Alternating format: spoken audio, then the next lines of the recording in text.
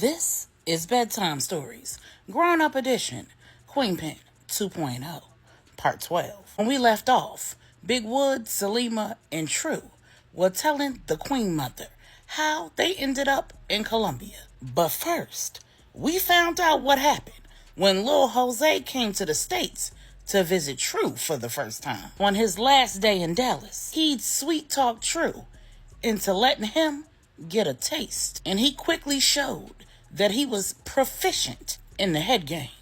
He'd kiss Tru from the top of her head to the soles of her feet, and as Lil Jose slowly licked and kissed up Tru's leg, Lorenzo demonstrated his ability to interfere with the bugs that Lil Jose had placed, just as Salima closed the laptop that she was using to monitor the bugs that she placed. Lorenzo distorted the image on all of the cameras that Lil Jose had placed in the condo, making it virtually impossible for anybody to see what Lil Jose was doing to Tru. Big Wood said, "Oh, hell no. One of y'all better pull that video back up right now." Salima said, "Nah, Wood. You don't need to see that." Lorenzo said, "If I do that, whoever's monitoring that video on the other side will be able to see it too." Big Wood said, "Salima, man, I'm not playing. Open the laptop." Salima said, "Nigga, make me." And back at the condo, Lil Jose had gotten his face in the place. He had licked Tru from the rooter to the tutor. He'd used his tongue like a cyclone at her back door and already given her a big O. And he licked, sucked, and swallowed everything that she was letting out. By the time that he got to the little man in the boat, Tru was virtually convulsing. Back at the firm, when Salima refused to open the laptop and let Woody continue watching, Woody had stormed out of the firm, jumped in his truck, and was flying down the highway, trying to get to that condo. He really didn't even know what he was going to do when he got there, but his mind was so gone. Before he got 10 miles, his phone rung. It was Q. Q said, "Big Wood, what you doing, man?" Woody said, "Nigga, you already know." Q said, "But you don't want to do that." Big Wood said, "The hell I don't." Q said, "How many women have you taken down as a part of the job?" Big Wood said, "Man, don't start that reverse psychology mess. I ain't got time for it." Q said, "You're going to have to decide, Wood, if you're going to be with a woman who's in this life for real, long term, or if you're going to let her do her and let her go. But no matter what you decide, you can't mess up Salima's play because your ego is bruised, because you saw your girl getting her salad tossed." Big Wood said, "He tossed her salad? I ain't see that." Q said, "Stay focused, man. Is what you share with Tru worth you going and blowing up this whole operation and starting a war with the Venezuelans? If it is, I got your back.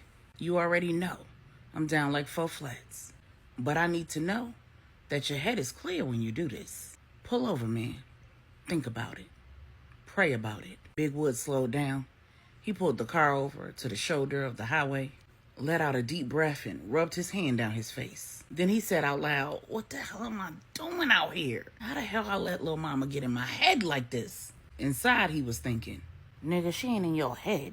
She in your damn heart." He pulled himself together, got back on the highway, and went back to the firm. When he got inside, he told Q, Salima, and Lorenzo, "So I need y'all to do me a solid. Nobody tell Tru that I saw that." Salima said, "Why hide how you feel?" Big Wood said, "I'm not. Got a decision to make, and I need her to tell me herself what went down with her and that dude. But I need her to tell me of her own volition." Salima said, "I feel that. I got you." Then she said, "Woody and Tru sitting in a tree. Kissing." Q said, "Not now, Salima. Cut it out." Back at the condo, Lil Jose had bent Tru up in every position and sopped her up like a biscuit from the front, side, back, and upside down. And Nikki, who should have been there in a matter of moments, didn't pull up for almost 20 minutes. By the time she got there, Tru had had multiple big O's, and she was begging Jose to stop. And he was still going like the Energizer Bunny. He was licking and slurping and moaning like he was the one being swallowed up. He said, "Damn, you taste how you smell. Like vanilla and caramel. I can't get enough." Tru said, "You're going to have to stop before this goes too far." Lil Jose said, "I promise you, when it's time, you won't be asking me to stop. And I'm not giving it to you until I got you begging for it." when Nikki finally walked in the door and saw little Jose with Tru's legs straight up in the air and his whole face in her yoni. She cleared her throat, trying to get their attention. Jose looked up and said, "Hey, Nikki, how you doing? We're a little busy right now. Can you excuse us?" Nikki said, I need to talk to Yael. Lil Jose said, "She's not available right now. Can't you see I'm eating?" Nikki said, "I didn't ask you. Yael, can I talk to you for a minute? It's important." And just as Nikki said that, Jose put 2 fingers in position against Tru's hot spot, while at the same time gently sucking on her pearl, and Tru exploded while saying, "Girl, no." And Nikki watched in amazement as Tru sprayed all over Lil Jose, and he slurped it all up while saying, "That's what I like, mommy." And Nikki wasn't sure if what she was witnessing was a result of her delayed arrival, or if somehow her walking in on this was a part of Tru's plan. He said, "Come in my room so we can talk whenever you're free," and stormed into her room. Lil Jose pulled Tru to him and asked, "You want to go see what she wants, or you want me to put you to bed?" Tru said, "That depends on what putting me to bed includes." Lil Jose said, "It includes me carrying you and this can of whipped cream back to your bedroom, giving you the longest, strongest, hardest orgasm you've ever had in your life, running you a bath, putting you in it, cleaning you up, tucking you in, and catching a cab back to my hotel so I can get ready to head back home." Tru said, "Is there an option where I go see what she wants and then I meet you in my bedroom?" Lil Jose said, "Nah, you gotta choose." Tru, recognizing the test of loyalty for what it was, said, "Well, I better go see what my girl needs. She looked like she may have been upset when she came in." Tru headed into Nikki's room, and inside, Nikki said, "What the hell, girl?" Tru said, "Girl, my bad. I pressed the button because it was the right thing to do. But you took so long to come that I was already coming." Nikki just burst out laughing. Covering her mouth, she said, "So what you want me to do now?" Tru said, "We're going to have to stay in here for at least a few minutes." I think he wanted to see if I was going to pick more pleasure from him over seeing if you was good. Nikki said, "You think you picked right?" When Tru came out of the room, she went back to the dining room, and Lil Jose wasn't in there, and eventually went to her room in the back, and there he was, laying on her bed, holding the can of whipped cream. He flicked his tongue on the nozzle and then squirted some of the whipped cream in his mouth. Then he said, "This whipped cream don't even taste nearly as good as you do." Tru said, "So you go around just putting your mouth and tongue in places that can't be seen?" Lil Jose said, "When I'm into a woman, I'll put my mouth anywhere she'll let me. Now come here and sit on my face." Baby Tru threw all caution to the wind. By the time she made it to that bed, she was completely naked. She did exactly as she was told. Before she knew it, she was on her back, and Jose had emptied the can of whipped cream all over her. And he was slowly and methodically cleaning her up with his mouth and his tongue. And he was doing things with his mouth and his fingers that Tru had never experienced in her life. He had a finger in the entrance and the exit, while using his mouth like a vacuum and flicking his tongue. And Tru was having big O's, back to back to back. And just as she almost moaned, "Wood," something in her mind clicked, and she thought to herself, "Girl, what in the hell are you doing right now?" She released and said, "I'm sorry, baby, but I'm tapping out. I feel like I'm about to pass out." Lil Jose looked at the clock and, realizing that he needed to go, said, "I want to put you in the tub, but I don't think I got enough time." And Tru said, "It's okay, baby. I'll clean up when I wake up from this coma." Lil Jose said, "I'm going to see you soon?" Tru said, "Absolutely." And then Lil Jose caught that cab back to the Ritz-Carlton. Back at the round table, Tru absolutely did not tell the Queen Mother all that right there. What she did say was, "Our focus was on gaining his trust and making him believe that I trusted him, avoiding going back to Venezuela again while we cemented the Colombia plans. So I stalled him out over the next few weeks. Told him that I took too much time off from work and that my job as a nanny was on the line. And we went back and forth with him saying that I could just quit my job and he'd give me an allowance to live on. He was offering to fund my lifestyle in exchange for me being available to him. He'd come to the States, I'd come to Venezuela on his dime and his time. And Selima said, and I wanted her to run his pockets for as long as possible. Then the Queen Mother looked at Big Wood, and he said, and Lil Mama did way too much. I wasn't feeling none of it. The Queen Mother said, I can only imagine. Please spare me the details. What happened next? Tru said, a month or so after his first visit to the U.S., I'd agreed to quit my job, but I needed a deposit. He had to fly to the U.S. and visit me again, and he had to bring with him $250,000 US dollars, cash. The Queen Mother said, okay, Tru. Selima said, right, that girl talked that game, baby.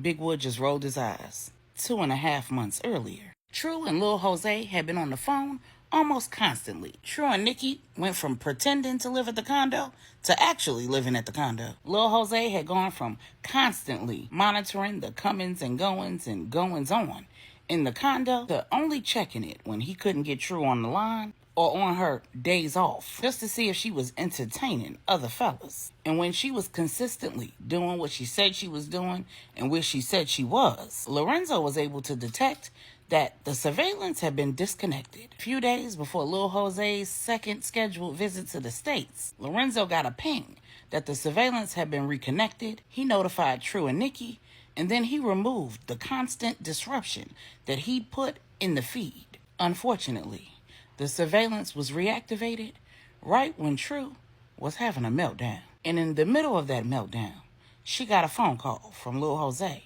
that she sent to voicemail. Tru was in shambles. It had been a little over 3 weeks since she seen Big Wood, and the way that things ended was just disappointing. No fireworks, no explosions. After Lil Jose left, Tru took that nap. She hopped in the shower, got dressed, and when she got the all-clear text from Selima, she and Nikki met her at the safe house. Selima said, girl, so I'm not supposed to tell you this, but us women gotta stick together.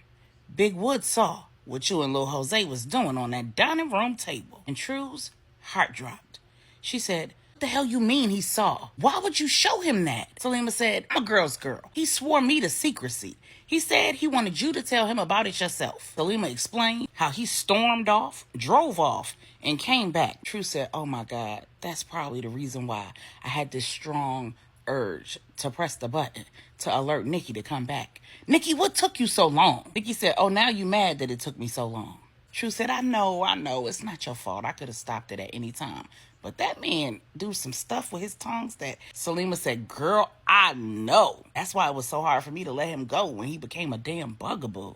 He's still talking about me all these years later. Tru said, yeah, you messed that man up. Selima said, well, my loss is your gain. Twice. Tru said, don't do that. Don't act like I'm following behind you intentionally. Selima said, no, I'm not saying that, but you play your cards right and you're going to be able to get a grip out of him. And if you play the long game, he'll do some things to you. Tru said, I can't keep on doing stuff with him. I got to figure out a way to make this the only time. Selima said, now you know that's not going to work. You started it, so now you got to finish it. Tru said, but what I'm going to tell Wood? Selima said, you're going to put your big girl panties on and tell that man the truth and let him do what he going to do. If you're serious about being in this life, then you're going to have to make hard choices. And the truth is, Big Wood done took down quite a few women in his day as a part of the job. So if he try to give you a hard time, just throw that up in his face. Tru said, I don't fight dirty.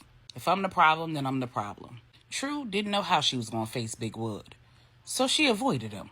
And after more than a week of no contact, she, Selima, and Rennie went out to a karaoke spot that they'd found and had been frequenting when they were in Dallas together. They were having a great time, drinking, laughing at people singing. Rennie even took a turn on the mic. And as she went to return to their table, a man walked up to her and started spitting game. When she looked down at his left hand, she saw a tan line on his ring finger. Rennie said, so let me get this straight. You're a married man, and you trying to push up on me. She looked at Tru and said, you better tell this nigga. Tru just shook her head. Rennie looked at the man and said, I will kidnap your wife and kids, kill them, bury them, and then help you and your family look for them. I'll hang up missing flyers and buy the candles for the candlelight vigil. And when their bodies are found, I will wail at the funeral. And then I'll help you spend the insurance money. I am certified crazy as a bedbug, and all I need to do is skip a few days of my psych meds, and it'll be on the floor.